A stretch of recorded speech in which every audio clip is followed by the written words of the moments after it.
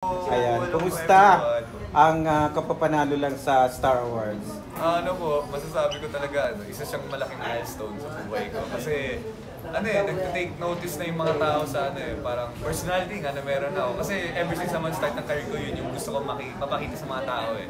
Parang pagmamahal na meron sa puso ko or yung happiness na gusto ko ma-share sa mga tao. Kaya sobrang na-appreciate yung award na yun. Tsaka, yun nga, si Paolo Ballesteros, kalinya ko na tuloy siya. Kaya ako rin natuwa na naging part siya ng ng buhay ko. Anong reaction mo doon sa speech niya? Nakarating ba sa'yo na sabi niya, OLA, sabi niya naging best new TV personality ako after 20 years, heto ako, sabi niya.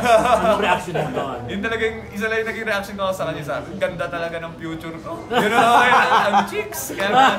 Kaya nga po natuwa rin naman. Tsaka kasi po, maliit pa lang po ako, bata pa lang, napapanood ko na talaga si Paolo Ballesteros po, lahat po ng mga movie niya.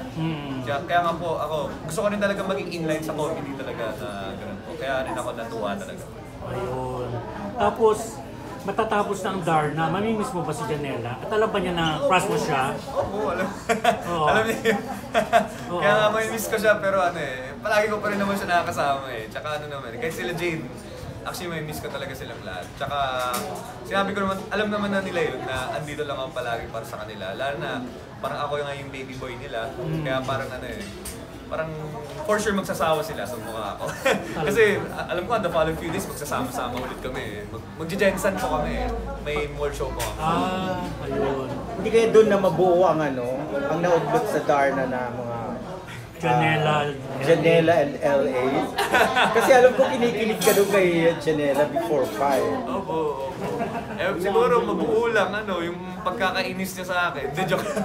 Hindi, pero naman po kasi parang ganun na kaming ka-close talaga po eh. Parang ako, hindi ko na talaga Kung pamimilian ka lang giving a chance lang sa dalawa, sino ang pipiliin mo?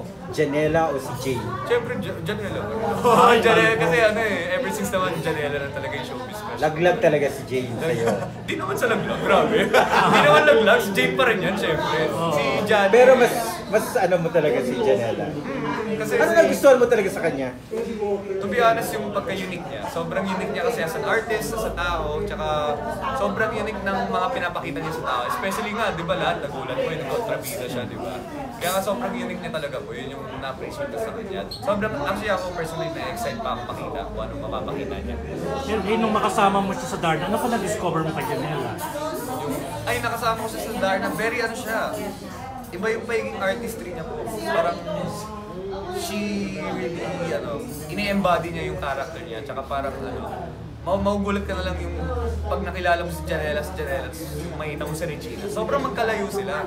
Kasi si Regina, iba yung buhay na binigay ni Janela doon eh. Kaya nga, doon ako nabilib kay Janela kasi parang naging iba yung level niya dahil dito sa Darna. Parang, ang dami ko rin natutunan talaga sa kanya. Kasi para sa artist talaga, siyang artist. Anong halimbawa ng natutunan mo na sinasabi? Pa? Ano yung halimbawa ng mga natutunan mo kay Janela? Yes. Yung pagiging niya, in touch with her character and her emotions. Parang yung tinuro niya rin talaga sa akin na huwag ko yung overthink masyado, mas i-feel mo. Kasi pag mas pinipil mo yung ginagawa mo, mas nagsishow talaga yun kaysa na pag iniisip mo. Kaya nga, tsaka kung pasinin niyo yung pagre-Regina, yung pagbabalantina, very natural, di ba?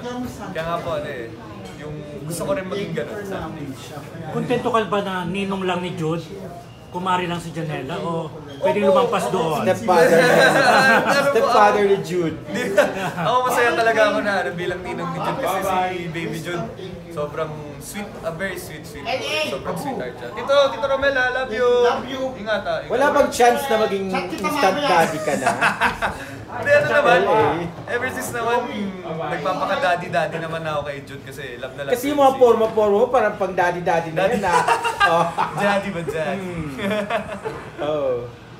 Walang chance? Wala. Na maging daddy ni Jude?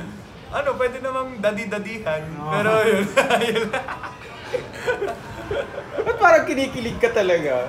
Pag ganyan mga tanunan. Kulit lang ang kulit.